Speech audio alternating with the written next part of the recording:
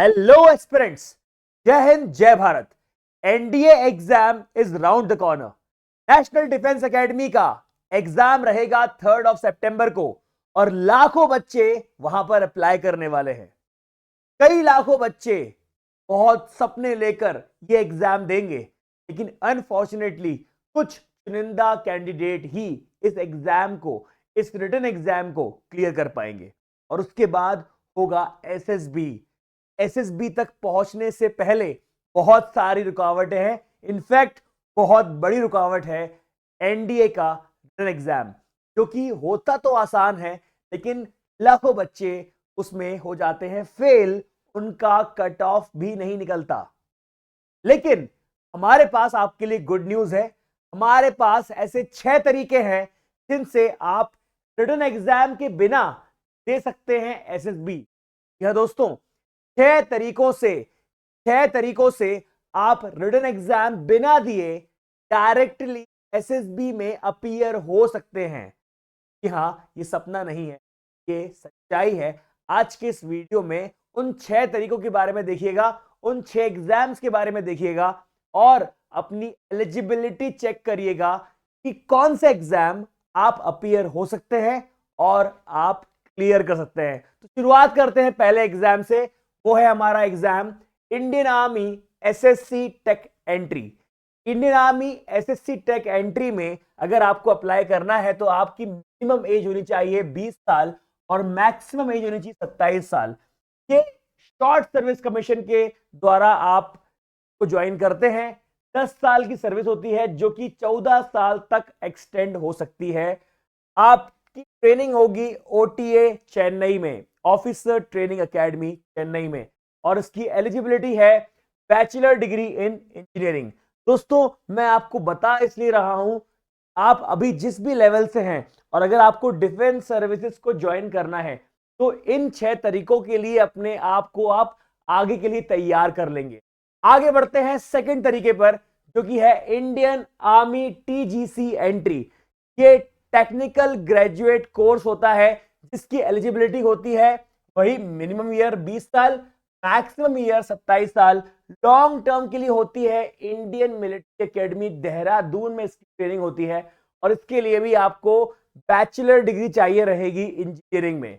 आगे बढ़ते हैं थर्ड पर, Indian army TES entry. Technical entry scheme इसको बोलते हैं, जहां पर एक एस्पिरेंट्स की मिनिमम एज 16.5 ईयर्स से लेके 19.5 ईयर्स तक होनी चाहिए। लॉन्ग टर्म के लिए अगर आपको ज्वाइन करना है इंडियन आर्मी तो this is the best way. Class 12 का एस्पिरेंट होता है जो कि जेडब्ल्यू मेंस का एग्जाम देगा। जो उसका स्कोर कार्ड रहेगा उसमें कट ऑफ आता है, हर साल कट ऑफ आता है टीईएस एंट्री के लिए। अगर उसके जेडब्ल्यू मेंस में रैंक उस कट ऑफ के अंदर है तो वो अप्लाई कर सकता है। उसका एप्लीकेशन शॉर्ट लिस्टिंग के लिए डलता है। जिस भी कैंडिडेट का एप्लीकेशन शॉर्ट लिस्टेड होता है उस रैंक, पर्टिकुलर रैंक के ऊपर, उसको एसएसबी के लिए डायरेक्ट बुलाया जाता है, नो एग्जाम। आगे बढ़ते हैं। यहां पर आपके पास टेक्निकल एंट्री स्कीम के बाद आ रहा तरीका है Indian army NC special entry scheme. इसमें तो सबसे ज्यादा सिलेक्शन देखे गए हैं दोस्तों। सबसे ज्यादा परसेंटेज ऑफ लोग जो कि एसएसबी देते हैं यहां पर क्लियर करते हैं। यहां पर आपके पास किसी भी बैचलर डिग्री या किसी मिनिमम 50 मार्क्स होने चाहिए रिकॉग्नाइज्ड यूनिवर्सिटी से और आपके पास एनसीसी या फिर सर्टिफिकेट।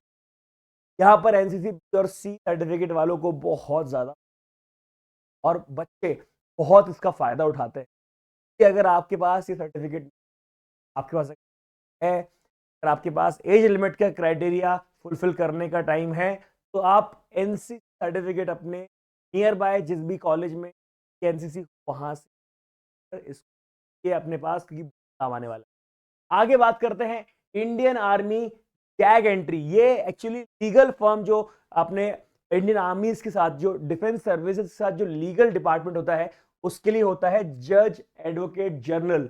डायरेक्ट आपको जनरल की पोस्ट यहां ऑफर की जाती है।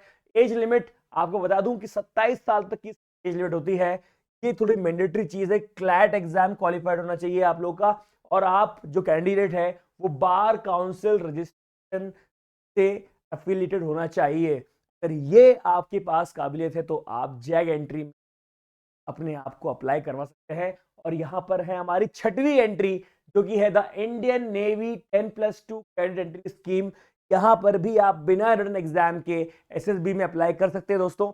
यहां पर भी आप देखिए, इंडियन आर्मी के लिए तो आपने देख लिया, इंडियन नेवी के लिए 10+2 कैडेट अगर आप चाहें तो होता है 16.5 ईयर्स से लेकर 9 ईयर्स तक की यहाँ पर आपको लिमिट रहती है। एजुकेशनल क्वालिफिकेशन में थोड़ा यहाँ पे कैच है, आपको ध्यान देगा भाई, यहाँ पर आपके पास 10+2 डिग्री पीएम से होनी चाहिए और आपने जेडब्ल्यू मेंस देना कंपलसरी है। आपकी जो सीआरएल रैंक रहेगी, कॉमन रैंक लिस्ट जो रहेगी, उसके अकॉर्डिंग आपको यहाँ पर एडमिशन मिलता है।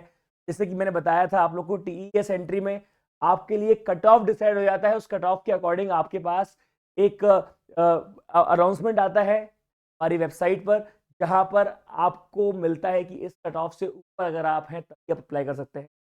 मेरी आप सभी से गुजारिश है, तो के लिए आप तैयार बैठिए। आपके एप्लीकेशन जब आप डालेंगे, आपके एप्लीकेशन शॉर्ट लिस्टेड होगी तो आपको कॉल आएगा एसएसबी के लिए।